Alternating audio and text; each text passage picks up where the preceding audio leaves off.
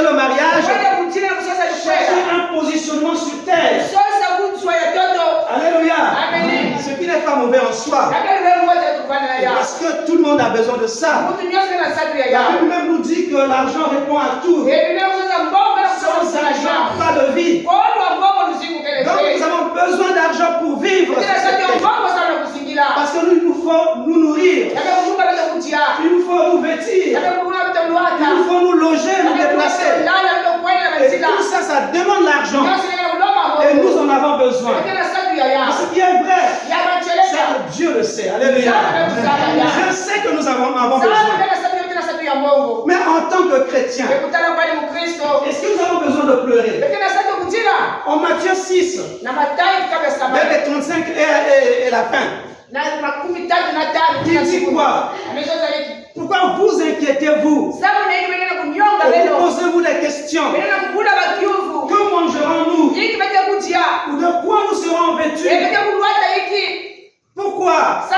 Il dit regardez les oiseaux. Regardez les fleurs des champs.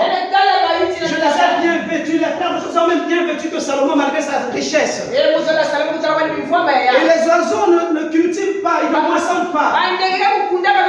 Ils n'ont pas le grenier pour garder leur provision. Mais je les nourris tous les jours. Il nous pose la question. Ne valez-vous pas plus que? Et si Dieu peut prendre soin ainsi des oiseaux, ne prendra-t-il pas soin de vous qui êtes ses enfants? Et il dit cherchez premièrement le royaume et sa justice. Et toutes ces choses vous seront données par-dessus tout. Mais malgré ça, les chrétiens que nous sommes, l'église de Dieu est toujours dans les pleurs. On est toujours triste. On est toujours timide. On montre à tout le monde qu'on est pauvre. Alors il dit que si vous m'avez reçu, vous êtes maintenant mes enfants. Et lui, il est le roi des rois. L'humanité tout entière, ça lui appartient. Je crois que c'est Michel 2:8. Il dit l'argent est à moi. L'or est à moi. Donc tout lui appartient. Alors si cela appartient à Dieu et que nous sommes enfants de Dieu, est-ce que ne peut pas nous donner ça? Le problème, c'est que le contentement manque. Alléluia. Amen. Vous savez, nous sommes appelés, moi je dis souvent ici, lorsque nous souffrons, quand tu es encore célibataire, tu as envie de mariage. Tu es dans un foyer, tu n'as pas encore eu d'enfant. Mais sache que c'est une situation qui ne réjouit pas le cœur de Dieu. Parce que dès le départ, il a dit, il a béni Adam et Ève. Il a dit, soyez féconds, multipliez-vous et remplissez la terre. Et il dit aux enfants d'Israël, dans ma maison, il n'y aura ni femme qui avorte, ni femme stérile. Et donc, lorsqu'il y a ici une telle situation d'infertilité ou de stérilité, Dieu s'en préoccupe, il n'est pas à l'aise. Quand tu ne vas pas bien, Dieu est mal à l'aise. Parce que son souhait, c'est que tu prospères. Il dit, je souhaite que vous prospérez à comparaison. Quand je suis comme ça, je veux être comme papa. Est-ce qu'il roule dans une voiture? Moi, je veux aussitôt que Dieu me donne aussi une voiture. Et que la vie que je mène aujourd'hui, je n'en suis pas content. Effectivement, je ne suis pas satisfait pour la vie que j'ai aujourd'hui. J'ai besoin d'avoir mieux que ça. Mais comme je vous ai toujours dit ici, je me contente de ce que j'ai. Alléluia. Ce qu'il me donne aujourd'hui, je le glorifie pour cela. Et je ne regrette absolument rien. Si la mort me trouve aujourd'hui, je suis heureux de mourir. Parce que j'ai été convaincu par le Saint-Esprit que je suis enfant de Dieu. J'appartiens à Dieu. Et comme je suis enfant de Dieu, ma cité est là-haut. Je ne suis ici que pour un temps. Et comme si la mort me trouve avant que je maison. Ce ne sera pas un souci.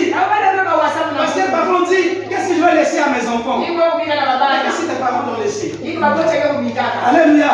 Est-ce que nous pouvons nous préoccuper plus des autres que Dieu?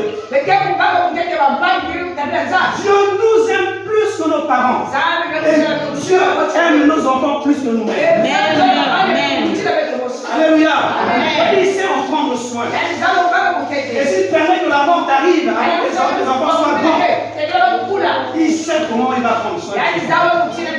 Le problème, c'est que tu marches, tu dois marcher au rythme que Dieu t'impose. Alléluia. C'est pourquoi on vient à l'église, on prie, on cherche, on jeûne, mais on est malheureux. Oh, je suis heureux moi. Je suis heureux de ma vie que je mène aujourd'hui. Et même si j'ai passé une journée en mangeant du riz, c'est que Dieu m'a donné le riz pour ce jour-là pour arriver à l'autre jour. Et certainement il a préparé le mieux pour l'autre jour. Un jour, ça s'est déjà produit plusieurs fois dans ma maison. Avec mon épouse, quand on a mangé le riz, dans ce jour-là, c'était le pain. Comment on dit quoi?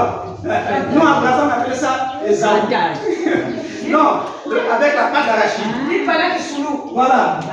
On bien la pâte d'arachide.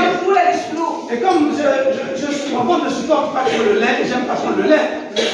Bon, si ce n'est pas le thé, c'est le café. Mais ce jour-là, j'ai préféré faire Maya Lobo. C'est que l'eau, du congélateur, je mets le sucre. Voilà, ça paraît comme le jus. Voilà, on a mangé, on s'est rassasié. Alléluia. Et puis on s'est regardé, on a ri. On dit, Dieu est en train de préparer le témoignage. Et parce que le jour où on aura des hamburgers sur la table, ce jour-là, on vient de loin. Dieu nous a pris de loin. Et voilà là où il nous a placés. Et nous croyons que ce jour va arriver. Et il arrivera bientôt. Alléluia. Mais on ne se précipite pas. Regardez, vous voyez, je suis joyeux. Vous ne savez pas si j'ai mangé ou je n'ai pas mangé. Comme on dit, tel père, tel fils. Ok. On est toujours soif. On aime bien s'habiller, on aime bien être propre. Alléluia. On a le même ADN, non? Alléluia. On a le même ADN. Donc, quand on vient comme ça, on est pour nous propres. Tu ne sais pas si j'ai mangé mon pain avec Maya Lobo. Même si tu as mangé de la viande, on est tous soit dans le même taxi, soit dans le même bus. On se promène tous dans les mêmes ruelles. Personne ne sait qui a mangé quoi. Alléluia. Mais je sais que Jésus est avec moi. S'il décide aujourd'hui de transformer ma vie, il va le faire. Et s'il dit qu'il me demande d'attendre encore, j'attendrai. Ça veut dire que j'ai encore une longue vie. Alléluia. Parce que je ne mourrai pas sans avoir voir ses promesses accomplies. Alléluia. Je ne mourrai pas sans avoir vu ses promesses accomplir dans ma vie. Et ça arrivera. Alléluia. Et nous pleurons chaque jour devant la situation. Mais pourquoi? Si je sais que je suis avec Jésus, même si le célibat dure, j'aime l'homme Job.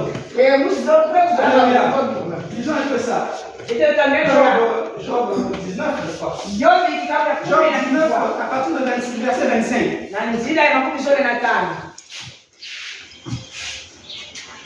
Voilà la personne qui a compris Jésus, la suffisance de Dieu. Qui a compris que même s'il n'a rien, Dieu me suffit. Alléluia. Amen. Un jour, Paul va prier Jésus, supplier Jésus parce qu'il était malade. Pendant que lui, il opérait les miracles. Il guérissait les malades. Mais il était lui-même malade. Il va implorer Dieu pour que Dieu le guérisse. Dieu lui dit quoi? La grâce me suffit. Amen. Alléluia. La grâce de Dieu vous suffit. Le Christ avec nous, ça me suffit. Alléluia. Plus rien ne me fait peur. Je vous assure, plus rien ne me fait peur. Ni la vie, ni les choses de la vie. Parce que je sais que si Dieu l'a prévu pour moi, personne ne peut l'arrêter. Les projets de Dieu s'accompliront certainement. Et s'ils ne s'accomplissent pas, c'est toi, c'est moi-même. Alléluia. Amen. Apprenons à être bien avec Jésus. Dans tous les temps de la vie. Dans le bonheur comme dans le malheur. Mais Dieu sait que toutes choses concourent au bien de ceux qui aiment Dieu. Vous savez, je crois que hier soir, j'étais en train de donner des conseils à mon fils là. Je lui ai dit, tu vois, tout ce qui nous arrive dans la vie, qui peut être la frustration. Il faut être intelligent, sage. Ne prends pas tout dans le mauvais sens. Parce que dans cette frustration-là, il y a un enseignement. En fait, Dieu parfois veut forger notre caractère. Il veut préparer ton cœur parce que là où il veut t'amener, il va t'élever. Tu vas rencontrer des coups plus que ce que tu as fait. Il faut que déjà tu sois préparé à ça. Ce n'est pas que quelqu'un t'a parlé, t'a dit, t'a fait du mal. Et tu as mis ça dans ton cœur, ça devient quelque chose où tu peux même plus parler à la personne. Moi je dis souvent, tu vois, si quelqu'un fait du mal, parfois il oublie le mal, il vit sa vie tranquillement. Mais toi, à qui l'on a fait mal, tu vas souffrir. Alors c'est lui qui mérite la punition. Et toi, tu te punis. Amen, amen. C'est pas pourquoi il quelqu'un dans ton cœur. Alléluia. Amen. C'est pas lui dire pardonner. Sors-le de ton cœur. C'est à Dieu de juger. S'il veut le punir, il le punira. Mais ce ne sera pas ton souhait. Parce que nous, par exemple, mais dans le cœur, tu veux que Dieu le punisse. Donc tu ne l'as pas pardonné.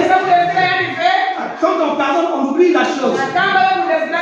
Même si vous ne pouvez pas devenir ami à cette personne. Si vous voyez bonjour, bonjour. S'il y a quelque chose à se partager, tu peux partager. D'ailleurs, la Bible dit si ton ennemi a fait quoi? Donne-lui à manger. Alléluia. Amen. Tu n'as pas à faire comme tu pièges pour qu'il tombe. Non. Parce que tu es dans le péché.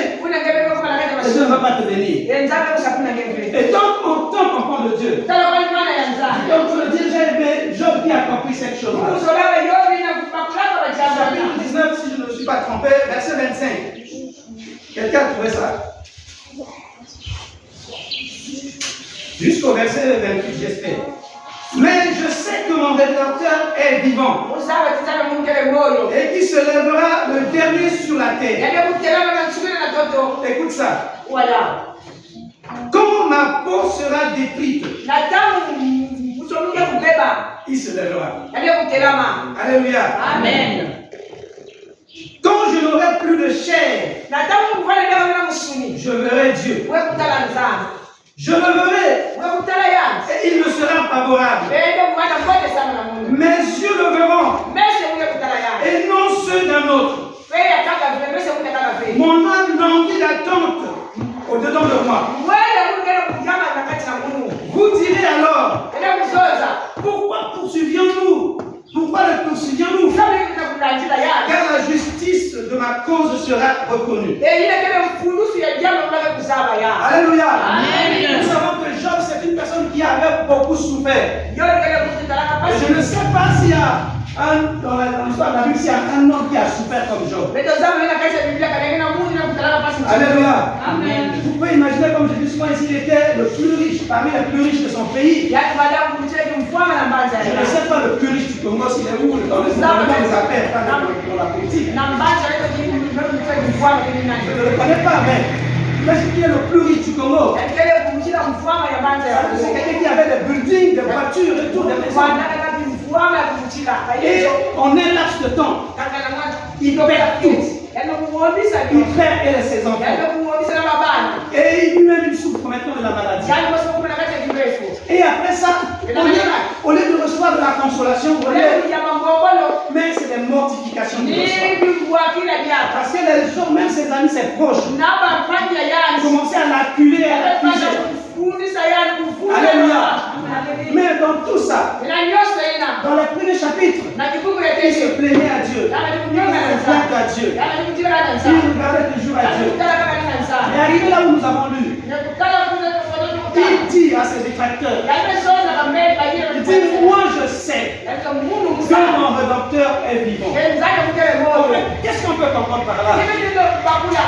Il y avait beaucoup de gens qui travaillent dans ce pays. Comment est-ce que Job a fait de particulier pour être le plus riche? Si ce n'est la grâce de Dieu. Il s'est rendu compte que tout ce que j'avais, c'est Dieu qui avait donné. Et si Dieu m'avait donné un jour, c'est qu'il pourrait me donner encore un autre jour. Alléluia. Amen. Tout n'est pas encore perdu. Même si aujourd'hui, ma condition est tellement difficile que personne ne peut m'imaginer rebondir. Mais je sais que mon Rédempteur est vivant. Il va se lever le dernier. Vous faites tout ce que vous pouvez faire contre moi.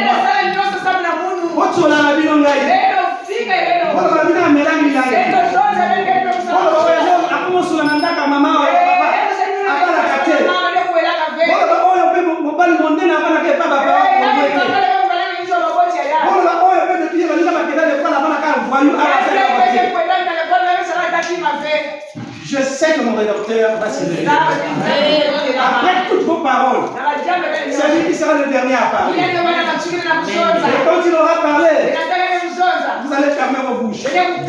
Parce que vous allez vous accuser entre vous-mêmes. Mais pourquoi nous nous sommes moqués de lui? Quand il souffrait, quand il passait des moments difficiles. Pourquoi nous sommes-nous moqués de lui? Parce que Dieu a vu ma cause. Et c'est pourquoi même dans la situation dans laquelle tu te trouves, c'est que tu es avec Jésus. Comme tu es avec Jésus, donc tu as tout. Philippe ne comprenait pas ça. Il ne savait pas le fait qu'il soit avec Jésus, Dieu est avec eux. Donc le fait d'avoir Jésus avec soi, c'est avoir tout. Alléluia. Amen. Avoir Jésus, c'est avoir tout. Alléluia. Amen. Si tu crois en Jésus-Christ, c'est que tu as tout dans ta vie. Et si tu passes des moments difficiles, c'est juste une période.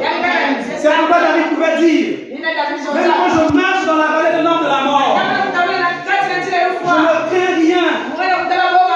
Parce que vous savez, il y a un autre exemple dans la Bible. Je crois que c'est Marc 4. J'aime bien parler de ça. Marc 4 à partir du verset 25. On raconte que Jésus était dans la barque avec ses disciples. Verset 35, hein? À partir du verset 35. Jésus est dans la barque avec ses disciples. Pendant qu'ils veulent traverser pour gagner l'autre rive, la Bible dit qu'il y eut un vent violent et des tourbillons. Il y a eu des vagues et le bateau était sur le point de chavirer. À ce moment-là, les disciples sont en panique. Parce qu'en pleine mer, c'est comme si vous voyez la mort déjà. On passe. Alléluia. Parce que vous n'avez pas, qu'on appelle ça, les sauvetages. Vous êtes vous-même comme ça. Au beau milieu de la mer. Et si on tombe là, c'est fini. C'est pas facile. C'est pas évident qu'on gagne la rive par la nage. Alléluia. Mais pendant qu'il panique, la Bible dit que Jésus dormait. Tranquillement avec sa tête sur le coussin. Il ne s'en occupait pas. Or, précédemment, on dit qu'avec Philippe, Jésus a dit à Philippe que depuis il y a longtemps que je suis avec vous et tu ne m'as jamais connu. C'était pour lui dire que le Dieu que tu cherches là, je le suis. Alléluia. C'est moi ce Dieu-là. Oh, la Bible nous dit quoi? Dieu Dieu ne sommeille ni ne dort. Alléluia. Il est là dans la barre, on dit que Jésus dormait. C'est ça l'erreur, ce qui a fait que les disciples soient dans le flou. Parce que celui qui dormait, c'était Jésus. Mais le Christ ne dormait pas. Alléluia. Le Christ, c'est la partie divine de Dieu. Parce que nous savons tous que Jésus était à la fois 100% homme et 100% Dieu. Et pendant que la partie 100% homme dormait, la partie 100% Dieu était en train de veiller. Il est au contrôle de toutes choses. Il ne peut se faire sur terre sans que Dieu ne soit au courant. Il n'y a rien qui se passe dans ta vie que Dieu ne connaisse pas. Tu pleures pour rien parce que Dieu connaît ton problème. Tu pleures pour rien parce que Dieu connaît ton problème. Et il a déjà préparé une solution pour ça. Et cette solution est en route pour toi. Le problème, c'est qu'il faut que tu sois prêt à le recevoir. Alléluia. Et quand ils sont allés te ressusciter, plutôt qu'est-ce que dit? Réveiller Jésus. Dans la panique. Et là, je crois qu'ils ont reconnu la partie divine de Jésus. La petite que quand Dieu dit se réveille. Alors, la petite que d'un seul coup, le vent cessa. Et il eut un calme. Alléluia.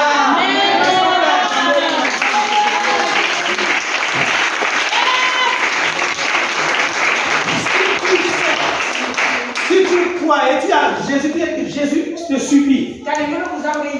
Tu crois en Jésus suffisamment que ta vie lui appartient entièrement. Les vents qui sont en train de secouer ta vie, tu n'as pas à avoir peur. Tu n'as pas à pleurer. Parce que le géant va s'élever. Dieu se levera et il donnera un mot. Et quand il va déclarer un seul mot, tout va disparaître. Et il faut qu'aurénavant tu saches que tu appartiens. Et que Jésus te suffit. Alléluia. Moi j'ai eu un témoignage d'un homme de Dieu qui dormait dans sa chambre. Et puis il a été visité par un esprit mauvais. Dans son sommeil, il se sentait étouffé là. Il se passe dans son sommeil. Et puis il se réveille. Quand il se réveille, il voit quelqu'un assis sur le bord de son lit. Il dit, oh, c'était toi. Et il se recoucha pour lui. Il laisse entrer. Alléluia. Et l'homme de l'esprit a attendu rien. Et puis, il se réveille le matin. Rien ne s'est passé. Alléluia. Vous comprenez que parfois nous donnons crédit au diable. C'est nous qui donnons la force au diable. Je récitais, je sais pas, 50 ou une anecdote que mon père disait quand il prêchait d'un coq avec le renard.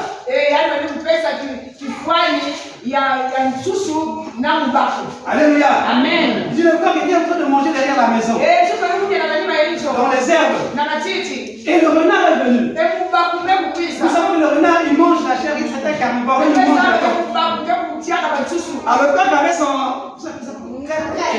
crête, la crête rouge déjà. On a fait des trucs qui mangent comme ça. Ça fait comme ça. Alors le renard quand il arrive, il voit que le coq a le feu. Alléluia. C'est ce que tu es quand tu te promènes, tu as le feu sur toi. Et le diable n'a rien à faire avec toi. Au contraire, il a peur. C'est pourquoi il passe par des malices. Et si tu manques de sagesse, tu lui ouvres la voie. Alléluia. Et quand il veut approcher, et le coq va remarquer qu'il y a quelqu'un qui l'observe. Il le voit, mais comment, qu'est-ce qu'il y a mon ami? Oh non, moi si je voulais venir manger là, mais j'ai peur. Tu as peur de toi. Dis le feu qui est sur toi là. Alléluia. Mais le coq dans son ignorance dit le feu. J'ai pas de feu sur moi. Tu as le feu sur ta tête. Le feu s'est éclaté de rire.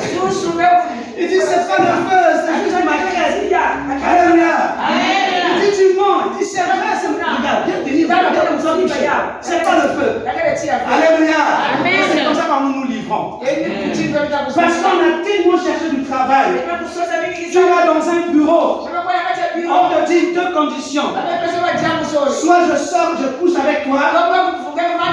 Que tu sois homme ou femme. Parce qu'actuellement, c'est ce qui dirait, on va dire. Donc, je couche avec toi. Ou alors tu dois signer pour faire partie de notre église. Alléluia.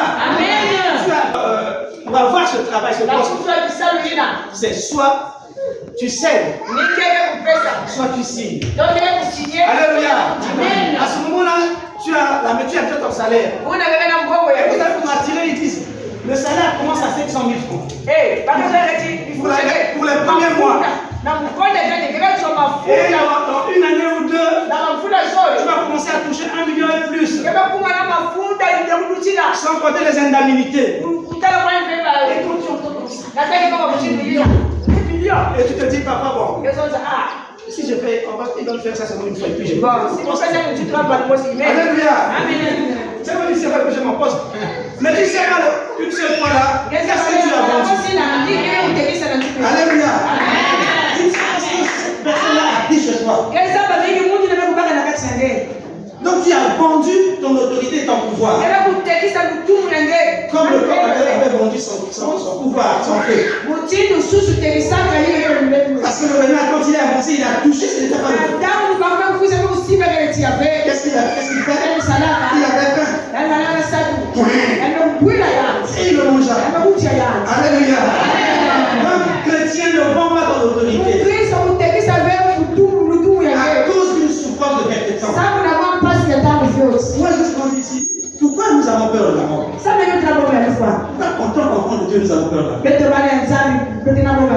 On dit, mais la mort nous approche de Dieu. En fait, nous sommes en train de souffrir ici. Si nous sommes ici, ici dans la maison de Dieu, c'est parce que nous voulons aller au ciel. Pas vrai? Amen. Nous sommes ici parce que nous voulons aller au ciel. Nous ne sommes pas ici parce que nous voulons avoir des mariages, les enfants. Et moi je l'ai toujours dit, si tu viens à l'église parce que tu vas voir seulement ça, tu as ta part côté. Tu peux les avoir.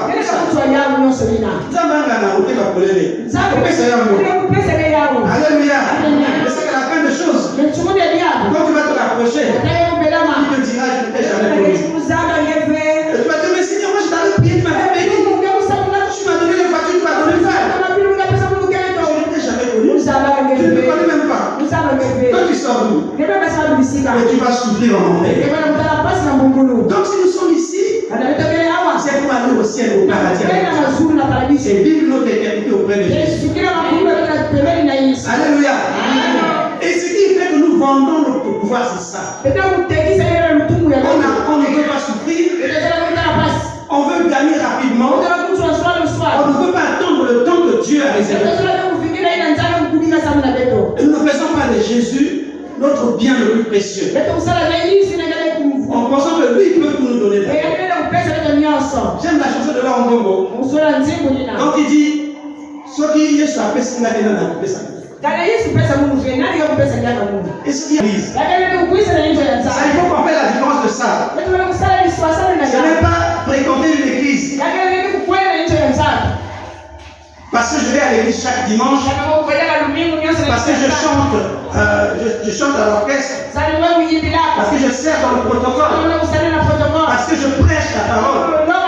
Parce que je modère à l'église. Ça n'a rien à voir. La Bible dit que Samuel vivait dans la maison de Dieu. Alléluia. Samuel avait été consacré à Dieu par sa mère. Et il vivait là dans la maison de Dieu. Mais le jour où Dieu est venu à sa rencontre, la Bible dit que Samuel n'avait pas encore connu Dieu. Parce que quand Dieu l'a appelé, il n'a pas compris la voix de Dieu. Or Dieu dit, je connais mes brebis, et mes brebis me connaissent. Ils ils entendent ma voix. Donc, quand maintenant Dieu est en train de parler là, quand maintenant Dieu est en train de te parler là, est-ce que tu sais que Dieu est en train de te parler? Est-ce que tu comprends la voix de Dieu? Parce que si tu es de Dieu, tu entends sa voix. Et tu comprends que ça c'est l'interpellation du Père. Je veux avoir la bénédiction du Père. Je dois me plier à sa volonté. Je dois faire ce qu'il veut que je fasse. Je dois vivre avec Jésus. Alléluia. Amen. Dieu est venu appeler Samuel à plus de 2 fois. Samuel n'a pas compris que c'était Dieu. Il fallait qu'on l'encadre. Que le Père dise non. Si ton père a compris que c'est Dieu qui a appelé le enfant. Cette fois, si tu entends cette voix, oui, me voici Seigneur. J'écoute. Alléluia. Donc venir à la maison de Dieu ne te rassure rien, ne te garantit rien. Alléluia. Ici à sacerdoce royal, nous voulons faire des serviteurs qui travaillent pour gagner le ciel. Alléluia. Et non des aventuriers, des religieux. La religion, c'est l'organisation des hommes. Vous voyez, hier on était à l'évangélisation, tu vois là, beaucoup de gens quand tu vas là-bas, on va vous dire, ah bah l'église n'a pas mais je dis aux enfants ici hier, je dis, l'église, il y a des églises, mais il y a l'église. Dans l'église de Dieu, il n'y a pas de fraude. L'église de Dieu est sainte. Alléluia. Or, les églises, ce sont les dénominations. Nous avons un sacerdoce royal, nous avons Bethel, nous avons Néhémie, nous avons Rehoboth. Ce sont des églises, l'organisation des hommes. Et quand, là où les hommes s'assemblent, il y aura toujours des contradictions. Parce que chacun viendra avec son comportement et son éducation. Alléluia. Et vous verrez qu'il y aura toujours des frustrations. Et je ne trouve pas normal que quelqu'un puisse quitter l'église, son assemblée, parce que le pasteur lui a parlé d'une certaine manière. Parce qu'un frère ou une sœur lui a parlé d'une certaine manière. Il faut comprendre que ça c'est l'organisation des hommes. Mais l'église de Dieu, c'est le rassemblement de donc il ne faut pas manquer les pour être membre de cette église. Il faut avoir Jésus pour soi. Il faut que Jésus te suffise. Alléluia. Est-ce que tu peux acclamer pour la gloire de Dieu?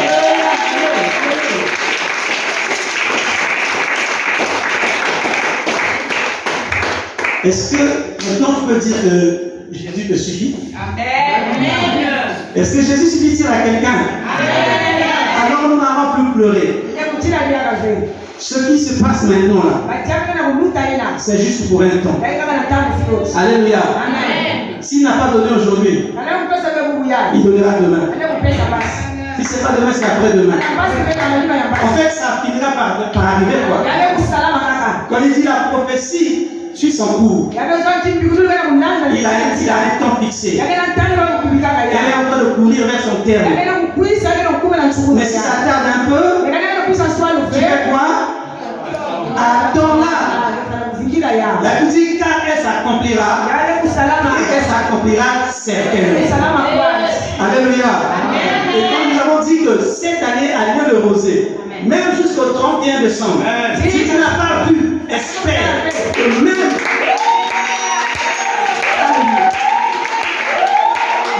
même après 3h59, Dieu va t'arroser. Dis-moi si tu crois.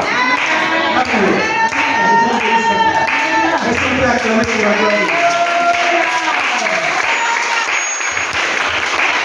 Effectivement, je voulais passer la parole. Alléluia. Alléluia.